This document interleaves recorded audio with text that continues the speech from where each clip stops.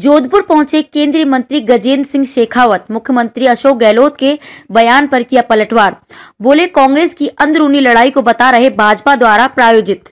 केंद्रीय मंत्री गजेंद्र सिंह शेखावत आज जोधपुर दौरे पर रहे। इस दौरान मंत्री शेखावत ने प्रदेश के मुख्यमंत्री अशोक गहलोत के उस बयान पर जमकर पलटवार किया, जो बयान मुख्यमंत्री ने 2 दिन पहले एक टीवी चैनल को दिए इंटरव्यू में दिया था।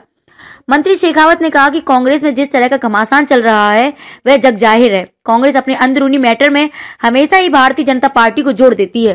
कल भी उन्होंने केंद्रीय गृह मंत्री और धर्मेंद्र प्रधान का नाम लिया है। भगवान का शुक्र है कि उन्होंने इस बार मुझे बख्श दिया। गहलोत ने अपने इस वक्तव्य में कहीं भी राजनीति ढूंढी होगी। इन हालातों का खामियाजा कांग्रेस पार्टी को होगा, उसका पतन अवश्य है। कांग्रेस की इस आपसी विग्रह से सबसे ज्यादा परेशान प्रदेश की जनता है। जिस भरोसे के साथ जनता ने सरकार बनाई थी, उसका भरोसा टूट चुका है। राजस्थान की जनता तकलीफ और दुख में है। अब जनता दिन गिनकर इंतजार कर रही है। कुछ ही दिनों में काउंटडाउन भी शुरू हो जाएगा। एक सवाल के जवाब में केंद्रीय मंत्री ने कहा कि सरकार वापस आएगी या नहीं आएगी, यह तय करना जनता का काम है। सरकार वापस आने के दावे गहलोत 2003 और 2013 में भी करते थे। पिछली बार एक सिटी बस में बैठने लायक ही लोग बचे थे।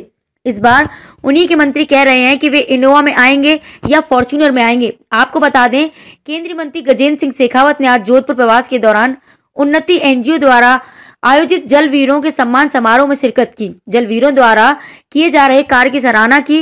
उन्होंने कहा कि जल संरक्षण की जिम्मेदारी प्रत्येक देशवासी की बनती है। इस तरह के जल वीर समाज और देश के लिए बेहतरीन काम कर रहे हैं। राजस्थान में कांग्रेस पार्टी में जिस तरह का घमासान चल रहा है वो जग जाहिर है।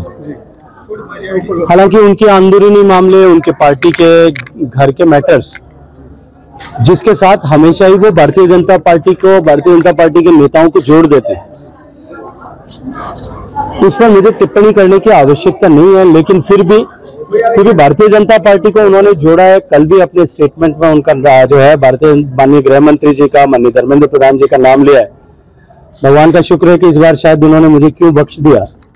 हालांकि उनका हर एक वक्तव्य राजनीति से प्रेरित होता है, शायद इसमें भी कहीं राजनीति उन्होंने ढूंढी होगी। लेकिन जिस तरह का हालात है, उसका खामियाजा कांग्रेस पार्टी जो भारत जोड़ने के लिए निकली है उसको होगा। जिस तरह से कांग्रेस पार्टी को दीमक लग गया है, मुझे लगता है उसका पतन अब अवश्यंभावी है। लेकिन आज अगर इस आपसी विग्रह के कारण से सबसे ज्यादा पीड़ित, दुखी, परेशान और कष्ट में अगर कोई है तो वो राजस्थान की करोड़ों जनता है। जिस भरोसे के साथ में उन्होंने सरकार बनाई थी, वो भरोसा टूट चुका है, क्षुण्ण भंग हो गया है। और राजस्थान की जनता आज हर एक पक्ष में जिस तरह की स्थितियां बनी, बेशक सरकार अपने आप को, मैं शुरू से कहता हूं, वो सेल्फ कॉम्प्लिसेंसी का शिकार है और अपने आप को खुद ही सर्टिफिकेट जो है वो जारी करती रहती है, कभी बजट के नाम पर, कभी योजनाओं के नाम पर। लेकिन आप सब पत्रकार मित्र जिस तरह से रोजाना के अखबार में, टीवी चैनल्स में उन योजनाओं की धरातल की हकीकत को देश की दुनिया के सामने लाते हैं, इसलिए उस पर मुझे टिप्पणी करने की आवश्यकता नहीं है। लेकिन निश्चित रूप से राजस्थान की जनता तकलीफ में, दुख में, और अब एक एक दिन गिन करके इंतजार कर रही है। थोड़े दिन में काउंटडाउन भी शुरू होने वाला है। सर, गहलोत कह रहे हैं कि हमारी सरकार वापस आएगी लगातार। चलिए, निर्णय करना जनता का काम है। वैसे मैं आपको याद दिला दूं,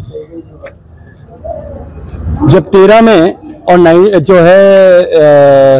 2003 में, दोनों में जब अशोक गहलोत साहब मुख्यमंत्री थे, आप पुराने अपने टीवी चैनल्स के और अखबारों के रिकॉर्ड उठा करके देख लीजिए। 3 में भी वो इसी तरह के दावे करते थे, 13 में भी इसी तरह के दावे करते थे।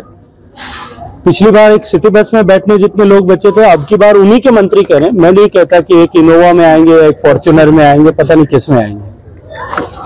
बस पानी देखिए, समाज सामूहिक प्रबंधन की जिम्मेदारी जब तक नहीं लेगा, पार्टिसिपेटरी वाटर मैनेजमेंट की दिशा में जो हमारा परंपरागत विधा थी उसको हम वापस एक बार जीवित जागृत नहीं करेंगे, तब तक हम केवल सरकार के प्रयत्नों से जल के विषय को, जल समृद्ध देश को नहीं बना सकेंगे। जिस तरह से जल की आवश्यकताएं निरंतर बढ़ेंगी, आबादी के बढ़ने के साथ साथ में भी, इकोनॉमी के बढ़ने के साथ साथ में भी, और जल की आवश्यकता की बढ़ने के साथ साथ में भी, क्योंकि पहले हम शायद 1 बाल्टी पानी से 2 से काम चलाते थे, लेकिन बढ़ते हुए इकोनॉमिक कंडीशंस के साथ साथ में हमारी बढ़ती आवश्यकता भी बढ़ती जाती है।